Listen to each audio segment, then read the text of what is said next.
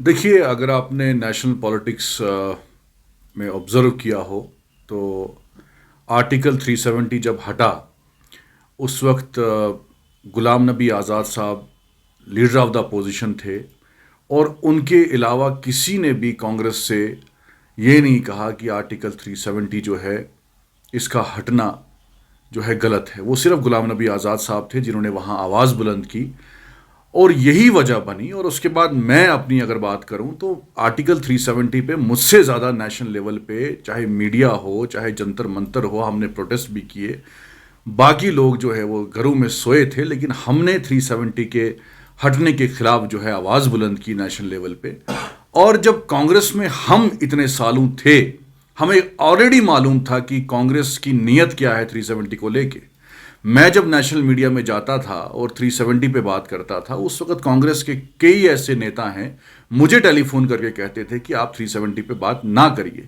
यही बात इलेक्शनों में भी, और आज़ाद साहब ने जब कांग्रेस को अलविदा किया उस वक्त भी ये बात कही कि अगर आप कांग्रेस से उम्मीद लगा रहे हैं कि कांग्रेस 370 को वापस लाएगी तो आपको वो जमात जो है बेवकूफ़ बना रही है।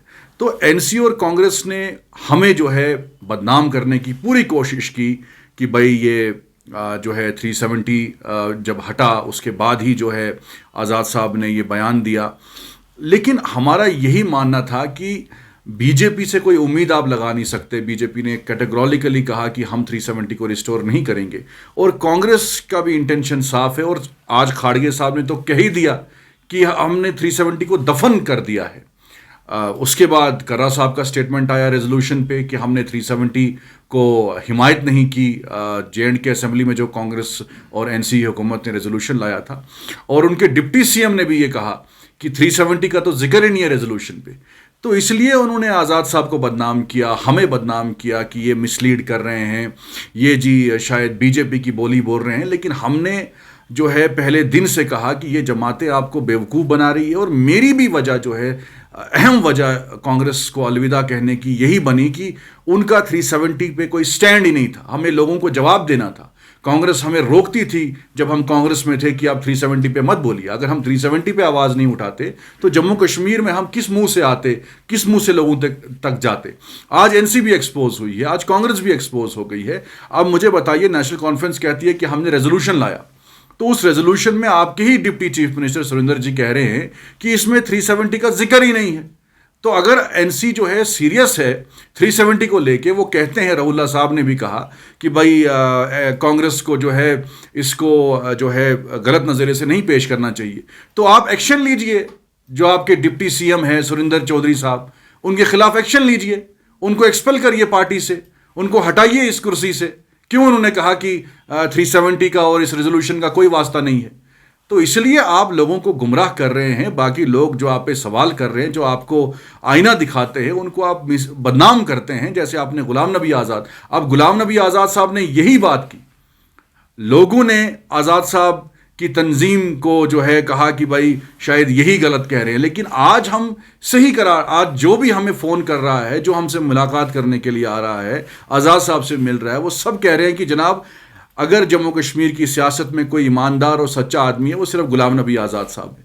उन्होंने यही बात कही थी। अब आपको जो है लॉलीपॉप दिखा रहे हैं, ये गुमराह कर रहे हैं, ये मिसलीड कर रहे हैं कि भाई हम 370 लाएंगे।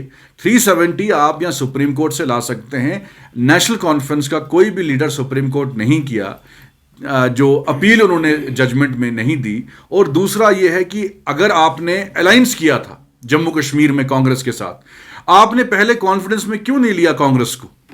उनसे लिख के क्यों नहीं लिया कि भाई एजेंडा ऑफ अलायंस क्या होगा? आज PDP पे हम इल्ज़ाम, हमने PDP को भी जो है हर तरीके से पूछने की बात रखी। उनसे भी हमने सवालात किए कि आपने बीजेपी और PDP की हुकूमत में बहुत गलत किया। लेकिन उन्होंने कहा कि हमारा एजेंडा ऑफ अलायंस था। तो कांग्रेस और NC का एजेंडा ऑफ अलायंस क्या था? क्या NC जो है उनसे ये चीज़ लिखित में नहीं ले सकती थी कि भाई अगर आप 370 को सपोर्ट करेंगे तब हम आपके साथ अलायंस करेंगे? दैट मीन्स कि अलायंस जो है 370 को लेके नहीं था। अलायंस सिर्फ उमर अब्दुल्ला को हुकूमत बनाने का था, पावर हासिल करने का था। मुझे बताइए, 1 महीना हो गया, आपने मैनिफेस्टो में जो जिक्र किया था, अगर आप कंपेयर करेंगे गुलाम नबी आज़ाद साहब के टेनवर को, तो उमर अब्दुल्ला साहब अभी सिर्फ शाल पहना रहे हैं, पता नहीं 2-5 करोड़ का के शाल उन्होंने पहना लिए बीजेपी के लीडरों को। आज एक आर्टिकल भी आया है कि उमर अब्दुल्ला साहब ने मोदी जी के साथ हाथ मिलाया है। तो वो बीजेपी के नेताओं को खुश करने में लगे हैं। हमारे बेरोजगार नौजवान जो हैं, अभी जे.एंड.के कांस्टेबल्स का इशू है, अच्छा बाद में आपके एसपीओज का इशू है, उनको मुस्तकिल करने का मामला है। आपने जो है एज रिलैक्सेशन दी, लेकिन वो गवर्नर साहब ने की, उसका क्रेडिट आप ले रहे हैं। आपने ना बिजली माफ की, आपने ना राशन मुफ्त किया, आपने ना रोजगार दिया। आपने कहा 1 लाख नौकरियां देंगे, अभी सिर्फ एक ही आदमी को नौकरी लगी है, वो आपके एडवाइजर साहब को नौकरी लगी है, बाकी किसी को आपने नौकरी नहीं लगाया। तो नौजवान वैसे ही था।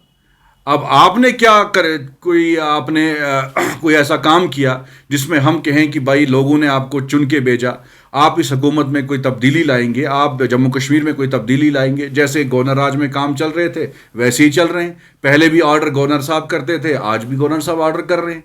उमर अब्दुल्ला साहब ने नया काम यह किया कि पहले चीफ मिनिस्टर के प्रोटोकॉल में जिप्सी होती थी आगे, आज उमर अब्दुल्ला साहब के प्रोटोकॉल में थार है, स्कॉर्पियो है, फॉर्च्यूनर है, हेलीकॉप्टर है, जहाज हैं। अपने एमएलएज को आपने स्कॉर्पियो दे दी, लेकिन जो गरीब आदमी जम्मू कश्मीर का, जिसको बिजली की बिलें 5-5 हज़ार, 10-10 हज़ार, 20-20 हज़ार आ रही है गरीब आदमी को, उसका नहीं सोचा आपने स्कॉर्पियो, आपने हेलीकॉप्टर, आपने अपने ऐशो आराम के लिए जो नेशनल कॉन्फ्रेंस की रणनीति रही है कि हमें पावर को एंजॉय करना है, गरीब लोग मर जाएं, उस पर इनको कोई असर नहीं है।